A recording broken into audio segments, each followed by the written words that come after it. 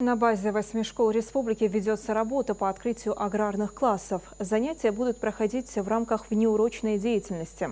Цель – выявление профессиональной направленности и обеспечение углубленного изучения отдельных школьных предметов. Для учащихся уже разработан план мероприятий по посещению предприятий региона. Так, в рамках обучения учащиеся будут взаимодействовать с такими предприятиями и техникумами, как птицекомплекс «Южный», «Алмавит-Фрут», Россельхозцентр, Назрановский аграрный техникум имени Зязикова, сад-гигант и другие. Будут обучать ведению сельского хозяйства. Это овощеводство, это зерновые культуры. Это еще обучение строению тракторов и комбайнов.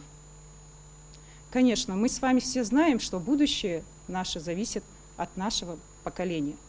Это дети, которые каждый год, новые дети приходят в школу.